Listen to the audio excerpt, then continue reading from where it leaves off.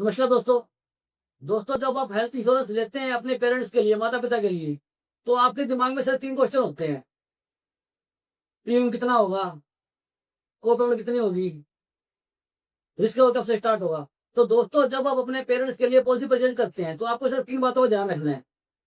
Number 1, कि आप कभी भी अपनी पॉलिसी के अंदर माता-पिता को साथ में अटैच ना करें।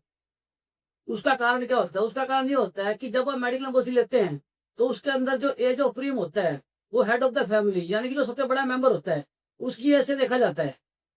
तो उसमें फिर प्रीमियम बहुत ज़्यादा बैठेगा।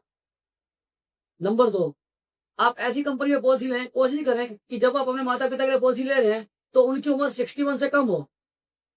क्योंकि अगर उनकी उम्र 61 से ज़्यादा होगी, तो जहाँ पे भी आप उनका इंश्योरेंस कराओगे, वहाँ पे कंपनी को-पेमेंट रखेगी 10%, 20%, 30%। उस केस में जो को-पेमेंट का डिफरेंस का पैसा होगा, वो आपको अपनी जेब से देना पड़ेगा।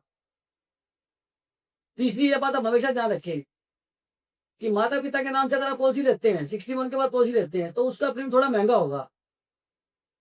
और अगर उनको कोई दिक्कत है, समस्या है या कोई प्रॉब्लम है या वो कोई दवाई खाते हैं, तो जब भी आप उनकी पॉलिसी ले रहे हैं, उसके अंदर उस चीज़ को डिस्क्लोज़ करें, जिसका कंपनी थोड़ा-सा लोडिंग लगा देगी, थोड़ा एक्स्ट्रा पैसा ले लेगी। लेकिन कम से कम उनको जो दिक्कत है, परेशानी है या वो जो दवाई खा रहे हैं, वो कवर्ड हो जाएगी कुछ समय के बाद। तो दोस्तों, ये थी हमारी इंश्योरेंस के बारे में छोटी-सी जानकारी।